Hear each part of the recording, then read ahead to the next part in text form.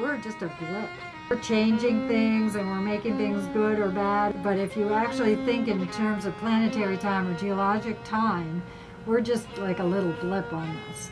So the river will win eventually.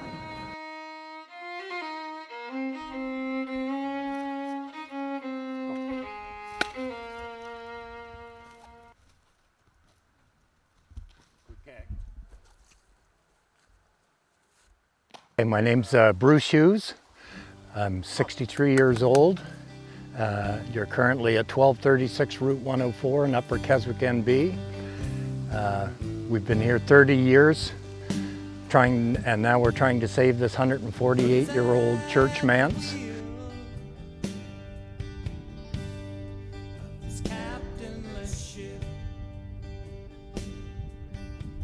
This was our little paradise when we came here, and now it's become a nightmare, so.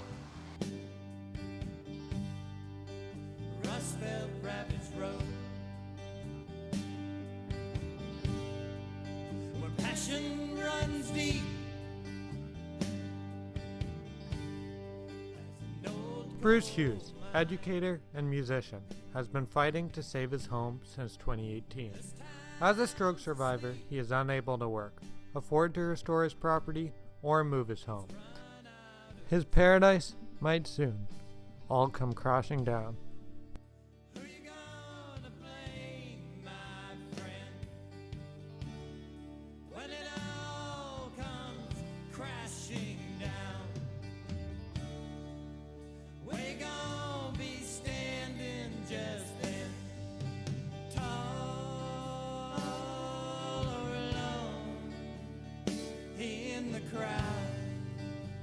We've lost 40 feet, I'd say. I think Monica said 42. Just since I think it was 2016 or 2018, like 11 meters just in the last couple of years. This is our tarp system and trench to take a lot of the pressure. You can see that old porch has broken off the house from ice and heavy snows. But this is what we had to do to save what's left of the backyard. Like I say, we had a garage. I could park a car in the garage, one in front of it, two here, two there. You know, so that's 2, 4, 6 cars worth you could park there. And now that's all gone. I think it was 4 in the morning I was awoken to this just creaking and bang, and I went out in the garage, had slid down the bank, and it stayed there for about 5 hours. And then this really crazy sound, and I went out and watched it blow apart. It was like one of those old Ringer washers. It was like doing this. The river was hitting it, and it just blew the whole thing apart, and it floated away down. Some of it is down on the corner here, and the rest I don't know where it is. But why is this happening here? Why now? It is hard to know for sure. Rivers are constantly changing, living beings that can have a mind of their own. The river, the water will always win eventually, and all we're doing is changing the timeline for when the water will eventually win. The processes and interactions between the hydrodynamics, the flow of the water, and the movement of the sediment, and those two things combined will cause rivers to be dynamic systems that change throughout their lives and throughout time. If you add on top of that changes in going from forested areas to agricultural areas, or changes in forestry practices, or changes in land use in general, urbanization, anything that changes the land around in the watershed can have an effect on the flashiness of the stream. Have these changes in the river, have they become more rapid in recent years with climate change, or are we not really seeing that yet? The timing of the spring thaw may be shifting back a few days, weeks, to a little bit earlier. And if that ties in with spring precipitation events, that's when you're going to get an increase in spring flooding, if it all happens at the same time. So it's hard to tell right now if the magnitude of the floods and the spring conditions, and tie it to climate change exactly. This is really heartbreaking to see it happening like this for this homeowner, for sure.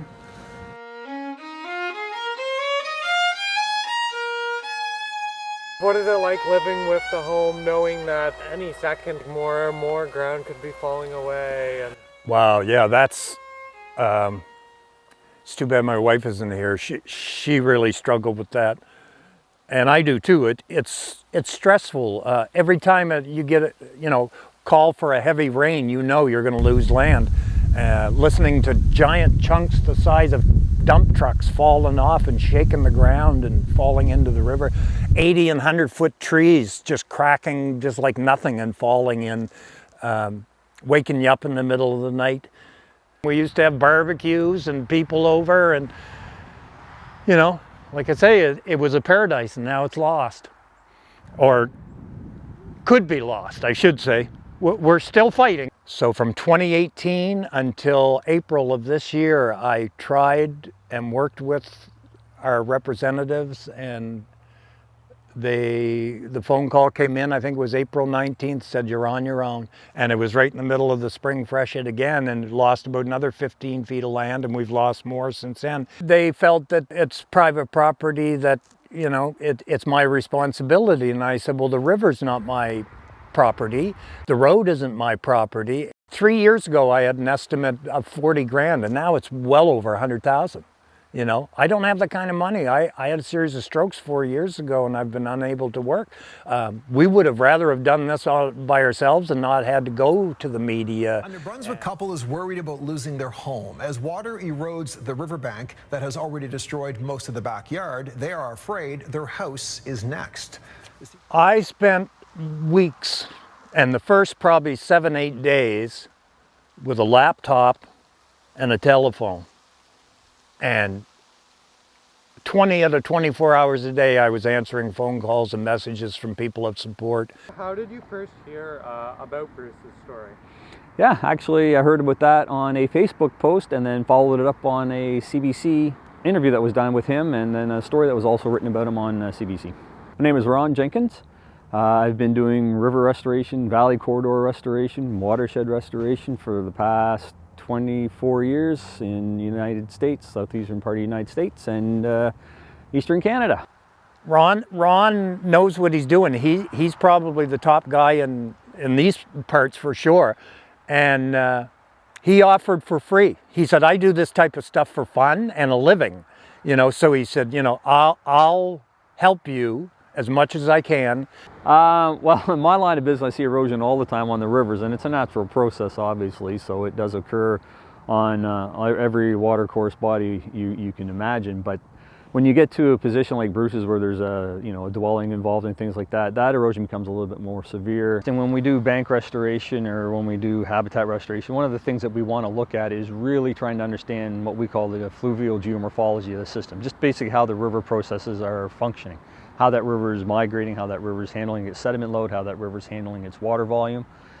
So we're looking at those natural characteristics, and then actually trying to bring what we call the radius of curvature back to that river and that bends. And when we do that, we'll actually have the water flowing through there in a much smoother, less scour, less shear stress pattern, so that it'll actually make a nice curve and move through that system and through his area a little bit better, which means there'll be less erosion, less scour at his place. So the idea is to actually recreate the toe using rock and that type of material. And then as we get above what we call the bank full, we'll actually use a green soft engineering approach. How likely do you think the funding is to go through? I mean, 50-50 is the odds, right? I mean, you never really can tell.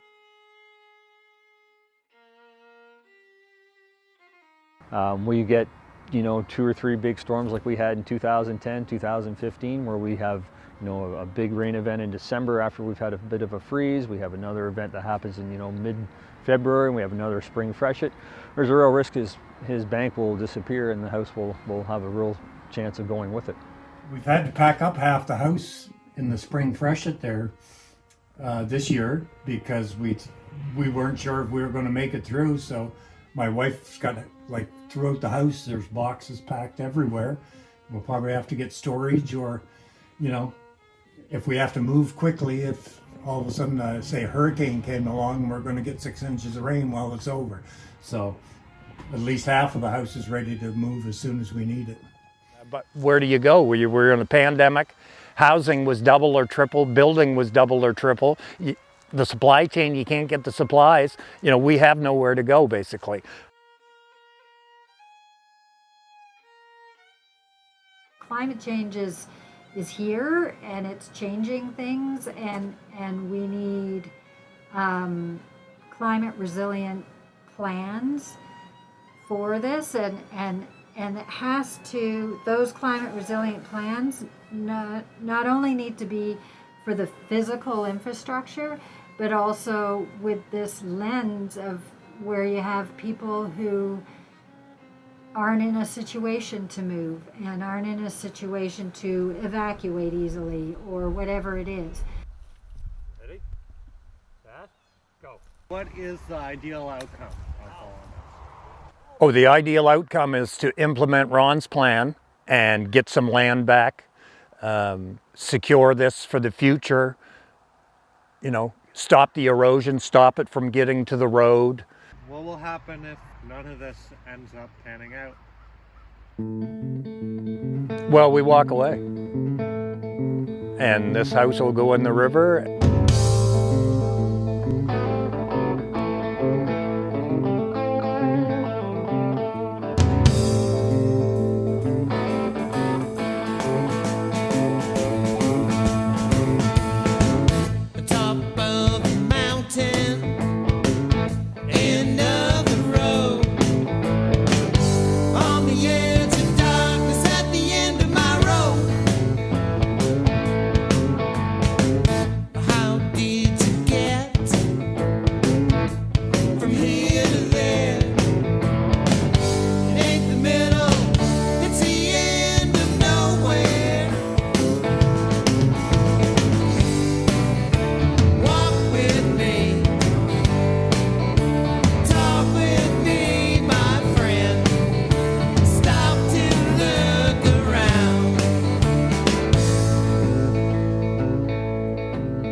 The band